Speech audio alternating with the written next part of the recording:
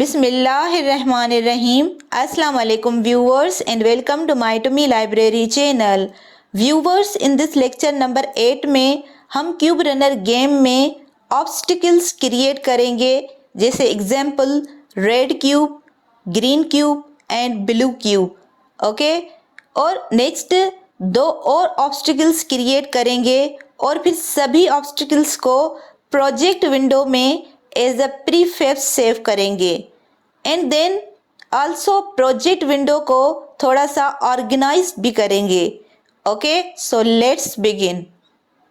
Now Unity में देखें cube runner game को, और अब सबसे पहले 3 क्यूब क्रिएट करेंगे. Example red cube, green cube and blue cube.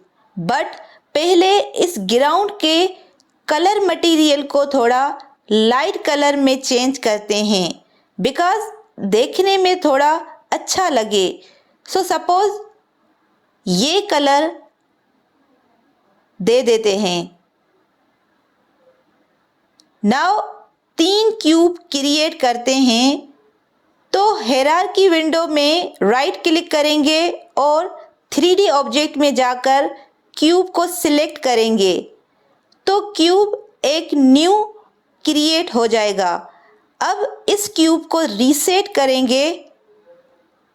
अब इसी क्यूब के y एक्सिस वाली पोजीशन को 1 कर देंगे और फिर थोड़ा सा राइट की तरफ मूव कर देंगे और थोड़ा पीछे की तरफ भी मूव कर देंगे.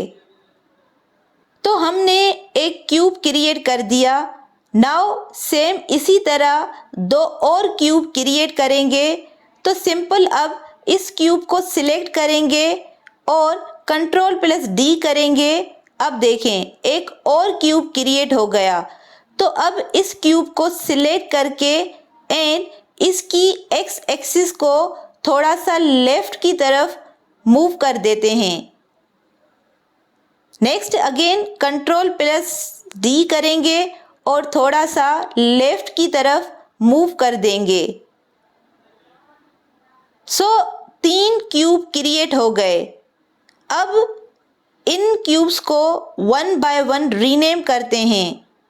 तो फर्स्ट क्यूब को रीनेम करते हैं रेड क्यूब, और दूसरे क्यूब को रीनेम किया तो लिखा सपोज ग्रीन क्यूब,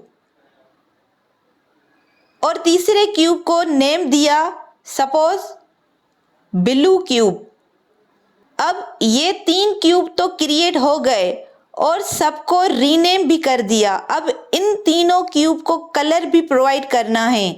तो कलर को प्रोवाइड करते हैं, वो कैसे करते हैं इसको ऑलरेडी समझ चुके हैं. तो सिंपल मटेरियल क्रिएट करेंगे अलग अलग क्यूब के लिए, बट रेड मटेरियल तो पहले ही क्रिएट कर दिया है जो कि प्लेयर के लिए अप्लाई किया था. तो अभी के लिए रेड मटेरियल को रेड क्यूब के ऊपर अप्लाई करेंगे. तो देखें अब रेड क्यूब रेड कलर का हो गया. तो देखें अब रेड क्यूब रेड कलर का हो गया है. अब नेक्स्ट एक और मटेरियल क्रिएट करना है ग्रीन क्यूब के लिए, एंड अनदर मटेरियल भी क्रिएट करना है ब्लू क्यूब के लिए, राइट.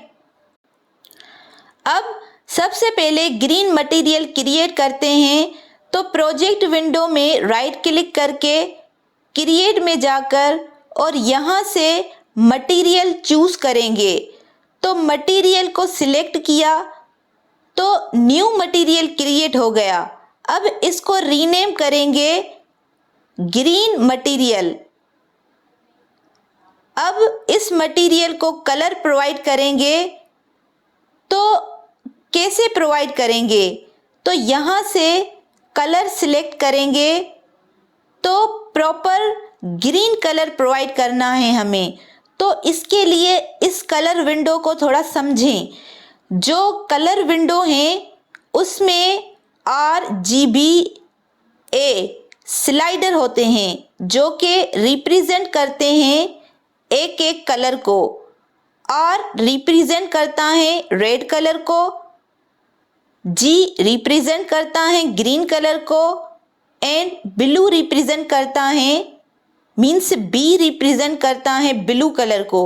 और लास्ट में ये जो ए है ये अल्फा वैल्यू हैं, ये बताती हैं कि जो कलर होगा वो कितना ट्रांसपेरेंट होगा। तो मुझे अब प्रॉपर ग्रीन कलर चाहिए, तो इसके लिए आर वैल्यू को मीन्स रेड को 0 कर देंगे और next same B means blue value को भी 0 कर देंगे। और अब ग्रीन जी वैल्यू है उसे एग्जैक्ट 255 ही रहने देंगे। तो अब देखें प्रॉपर एक ग्रीन कलर क्रिएट हो गया। ओके, तो ये मटेरियल क्रिएट हो गया ग्रीन कलर का। अब नेक्स्ट इस मटेरियल को उठाकर और ग्रीन क्यूब के ऊपर ड्रैग एंड ड्रॉप कर देंगे। सेम अब एक और मटेरियल क्रिएट करेंगे, तो प्रोजेक्ट विंडो में राइट क्लिक करेंगे और क्रिएट एंड देन मटेरियल को सिलेक्ट करेंगे। अब मटेरियल को रीनेम करेंगे ब्लू मटेरियल। अब अगेन कलर को सिलेक्ट करना है ब्लू कलर को, तो यहाँ पे क्लिक करेंगे तो इस कलर विंडो में परफेक्ट ब्लू कलर चाहिए। तो इसको अचीव करने के लिए आर मीन्स रेड स्लाइडर को 0 कर देंगे और जी मीन्स ग्रीन स्लाइडर को भी 0 कर देंगे। तो अब परफेक्ट ब्लू कलर क्रिएट हो गया। So that's it. नाउ इस कलर को सिलेक्ट करके देखें ब्लू मटेरियल क्रिएट हो गया है। तो अब इस मटेरियल को ब्लू क्यूब के ऊपर ड्रैग एंड ड्रॉप करेंगे। ओके, तो अब finally red green and blue colour create कर दिया। अब नेक्स्ट इन तीनों क्यूब को इस प्रोजेक्ट विंडो में एज अ प्रीफेब सेव करना है। बट अभी प्रोजेक्ट विंडो को देखें तो ऑर्गेनाइज नहीं है, तो अब पहले ऑर्गेनाइज करते हैं। तो उसके लिए फोल्डर क्रिएट करेंगे। तो जैसे सीन के लिए सीन फोल्डर हैं जिसके अंदर सीन्स स्टोर हैं, सेम ऐसे ही अलग अलग चीज़ों को स्टोर करने के लिए अलग अलग फोल्डर क्रिएट करेंगे। तो क्रिएट करने के लिए राइट क्लिक करेंगे प्रोजेक्ट विंडो में और क्रिएट में जाकर देन यहाँ पे फोल्डर के ऊपर क्लिक करेंगे। तो देखें एक न्यू फोल्डर क्रिएट हो गया। अब इस फोल्डर को रीनेम करेंगे मटेरियल लिख के। तो अब एक मटेरियल के नेम से फोल्डर क्रिएट किया। अब जो भी मटेरियल हैं इन सब को इस मटेरियल फोल्डर में स्टोर करेंगे। तो एक एक मटेरियल को सिलेक्ट करेंगे और इन सब मटेरियल्स को मटेरियल फोल्डर में ड्रैग एंड ड्रॉप कर देंगे। तो ये सब मटेरियल सिलेक्ट करते हैं और अब इस फोल्डर में ड्रैग एंड ड्रॉप करते हैं। तो देखें अब जो भी मटेरियल हैं वो अब इस मटेरियल फोल्डर में आ चुके हैं। ओके, अब नेक्स्ट अनदर फोल्डर क्रिएट करेंगे। तो राइट क्लिक करके क्रिएट में जाकर और फिर फोल्डर पे क्लिक करेंगे। अब इसको रीनेम करेंगे स्क्रिप्ट। तो ये फोल्डर क्रिएट होगा स्क्रिप्ट को स्टोर करने के लिए। तो ये जो भी स्क्रिप्ट हैं जैसे फॉलो प्लेयर स्क्रिप्ट हैं और प्लेयर स्क्रिप्ट हैं, इन दोनों स्क्रिप्ट को इस फोल्डर के अंदर ड्रैग एंड ड्रॉप करेंगे। नाउ अनदर फोल्डर क्रिएट करेंगे, राइट क्लिक देन क्रिएट और फिर फोल्डर पे क्लिक किया। अब ये फोल्डर फिजिक्स मटेरियल के लिए हैं, तो अगेन रीनेम करते हैं फिजिक्स मटेरियल्स लिख के। ओके, अब ये जो फ्रिक्शनलेस मटेरियल हैं ये फिजिक्स मटेरियल के फोल्डर में स्टोर कर देंगे। तो ओवरऑल अलग अलग चीज़ों को स्टोर करने के लिए अलग अलग फोल्डर क्रिएट किए, जो कि बहुत अच्छा वे हैं। हमें ऐसा ही करना चाहिए बिकॉज ये जो एसेट्स हैं इनको ऑर्गेनाइज करना बहुत ज़रूरी है, बिकॉज अगर ये अनऑर्गेनाइज होंगे तो हमें आगे बहुत मुश्किल हो जाएगा। बिकॉज अभी तो देखें तो बहुत कम एसेट्स हैं, बट आगे कितने भी एसेट्स हो सकते हैं, तो इसीलिए बेटर है कि अभी से ही ऑर्गेनाइज करते जाएं। मीन्स प्रोजेक्ट विंडो को ऑलवेज ऑर्गेनाइज रखें। ओके, अब नेक्स्ट आते हैं, in red green and blue cube को एज अ प्रीफेब सेव करना है। तो उसके लिए एक फोल्डर क्रिएट करेंगे। तो अगेन राइट क्लिक किया, देन क्रिएट, और फिर फोल्डर को क्लिक किया। अब इस फोल्डर को रीनेम करेंगे प्रीफेब्स में। तो ये प्रीफेब्स नेम से एक फोल्डर क्रिएट कर दिया। अब इस प्रीफेब्स फोल्डर को ओपन करेंगे और इसमें जो भी रेड क्यूब, ग्रीन क्यूब और ब्लू क्यूब हैं इनको स्टोर कर देंगे। सो पहले रेड क्यूब को उठाकर और प्रीफेब्स के फोल्डर में ड्रैग एंड ड्रॉप करेंगे। नेक्स्ट फिर ग्रीन क्यूब को उठाएंगे और उसे भी सेम ड्रैग एंड ड्रॉप करेंगे। नेक्स्ट सेम इस ब्लू क्यूब को उठाकर ड्रैग एंड ड्रॉप करेंगे। तो हमने इन तीनों क्यूब को इस प्रीफेब्स फोल्डर में एज अ प्रीफेब्स सेव कर दिया। सो देखें प्रीफेब्स होते क्या हैं। तो प्रीफेब्स एक्चुअल में गेम ऑब्जेक्ट ही होते हैं।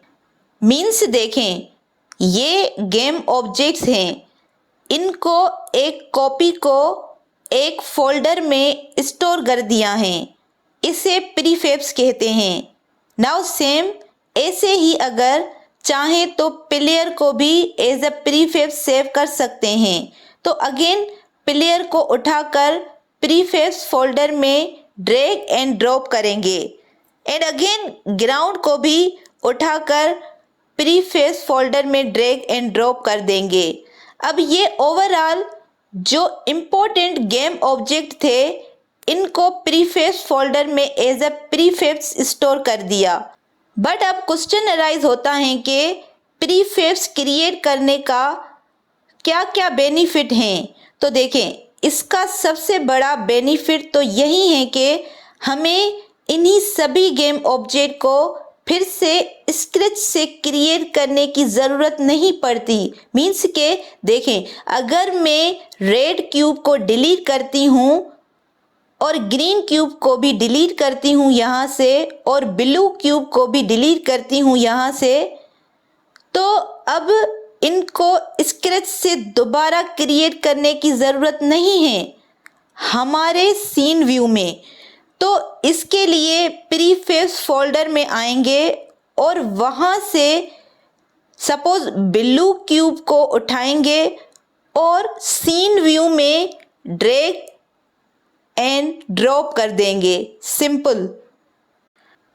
और फिर से नेक्स्ट ग्रीन क्यूब को उठाकर फिर से सीन व्यू में ड्रैग एंड ड्रॉप करेंगे और फिर लास्ट रेड क्यूब को उठाएंगे और सीन व्यू में अगेन ड्रैग एंड ड्रॉप कर देंगे।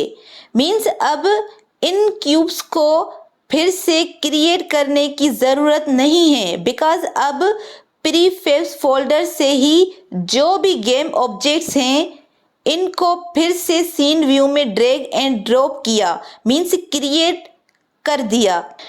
नाउ ये जो प्रीफेब्स फोल्डर हैं ये एक्चुअल में एक कॉपी नहीं रही हमारे गेम ऑब्जेक्ट की, बल्कि एक तरह के ओरिजिनल गेम ऑब्जेक्ट हो गए। अब इन ओरिजिनल गेम ऑब्जेक्ट को इन प्रीफेब्स को चाहें तो इस सीन में यूज़ कर सकते हैं एंड अगर चाहें तो एक और सीन क्रिएट कर सकते हैं और इसमें यूज़ कर सकते हैं। तो ये है बेनिफिट प्रीफेब्स का कि हमें गेम ऑब्जेक्ट को बार बार क्रिएट करने की ज़रूरत नहीं पड़ती अगर हमने गेम ऑब्जेक्ट को क्रिएट कर लिया है।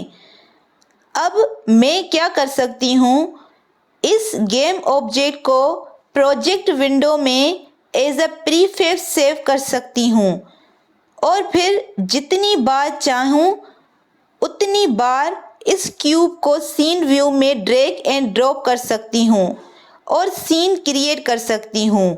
ओके, तो अब देखें, इन क्यूब्स को जितनी बार चाहें उतनी बार मैं इन्हें क्रिएट कर सकती हूँ। जैसे कि अगेन ब्लू क्यूब को उठाया और फिर से सीन व्यू में ड्रैग एंड ड्रॉप किया और फिर से अगेन ग्रीन को उठाया और फिर से सीन व्यू में ड्रैग एंड ड्रॉप किया और जितनी बार चाहें उतनी बार मैं इन क्यूब्स को हमारे सीन व्यू में क्रिएट कर सकती हूँ।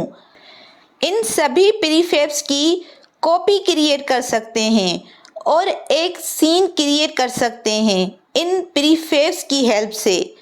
अब इसके अलावा प्रीफेब्स का एक और बेनिफिट है कि अगर मैं जो प्रीफेब हैं उसको अगर चेंज करते हैं तो जैसे कि देखें ग्रीन प्रीफेब्स हैं, अब इन प्रीफेब का कलर चेंज कर देते हैं। जैसे कि अभी ग्रीन कलर है तो अब अगर इस कलर को चेंज कर देते हैं, सपोज कोई भी कलर दे देते हैं, सपोज ये कलर दे देते हैं, तो देखें जो ग्रीन कलर का क्यूब था वो अब ये कलर हो गया और वो भी एक नहीं बल्कि जितने भी ग्रीन क्यूब्स क्रिएट किए थे प्रीफेब्स की हेल्प से उन सब के ऊपर ये चेंज अप्लाई, ये कलर चेंज अप्लाई हो गया।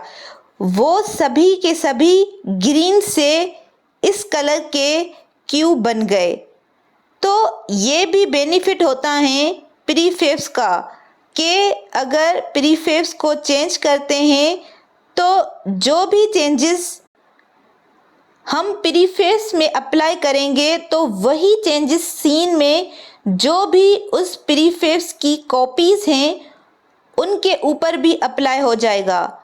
अब इसे Ctrl+Z से अंडू करेंगे बिकॉज ग्रीन क्यूब ही हमें अभी चाहिए। नाउ हम ऑब्स्टिकल्स क्रिएट करेंगे जो हमें ऑब्स्टिकल्स चाहिए। तो अब हायरार्की विंडो में आकर जो भी क्यूब्स क्रिएट किए हैं उन सब को अभी के लिए डिलीट करते हैं बिकॉज अभी ज़रूरत नहीं है। अभी बस हमें ऑब्स्टिकल्स क्रिएट करने हैं।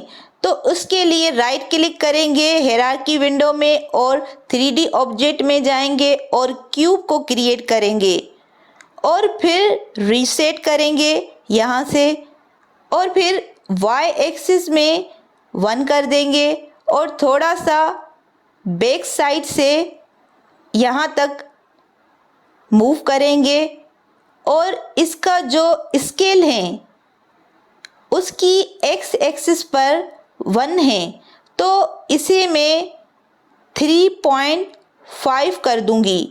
अब इस क्यूब को रीनेम करेंगे ऑब्स्टिकल लिख के। तो हमने एक ऑब्स्टिकल क्रिएट कर दिया। अब इस ऑब्स्टिकल्स को कुछ कलर प्रोवाइड करते हैं तो अभी के लिए इसे मैं ग्रीन कलर ही प्रोवाइड करती हूँ। आप अपनी मर्ज़ी से कोई भी चाहें कलर प्रोवाइड कर सकते हैं। तो ग्रीन के लिए तो मटेरियल क्रिएट किया था पहले ही, उसी मटेरियल को इस ऑब्स्टिकल्स के ऊपर अप्लाई करते हैं तो ये एक ऑब्स्टिकल्स क्रिएट कर दिया। अब Ctrl+D करेंगे इस ऑब्स्टिकल्स को और अब इस ऑब्स्टिकल्स को थोड़ा सा बैक साइड की तरफ मूव कर देंगे जितना चाहें और इसकी साइज़ अगेन कर देंगे सपोज 7। ओके, तो ये दूसरा ऑब्स्टिकल क्रिएट कर दिया जिसे X पे स्केल कर दिया 7। अब इस ऑब्स्टिकल को रीनेम करेंगे, सपोज नेम देते हैं बिग ऑब्स्टिकल लिख के।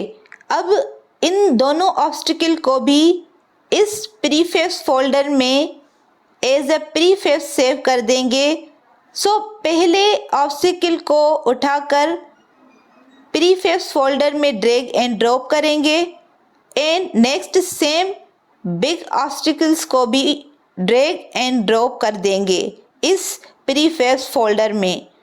अब इन दोनों को डिलीट कर देंगे। ओके, तो ओवरऑल प्रीफेब्स क्रिएट कर दिए। नाउ इन प्रीफेब्स की हेल्प से हमारी गेम का सीन क्रिएट कर सकते हैं, हमारी गेम का गेम प्ले क्रिएट कर सकते हैं।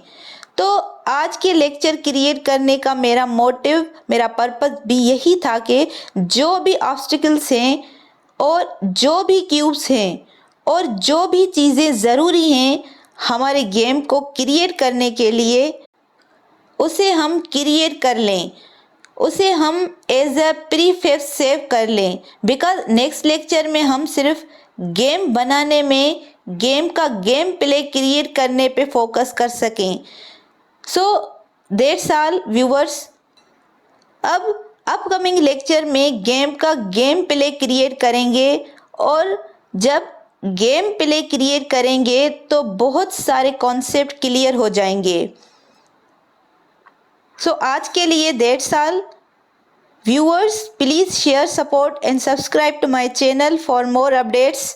Thank you.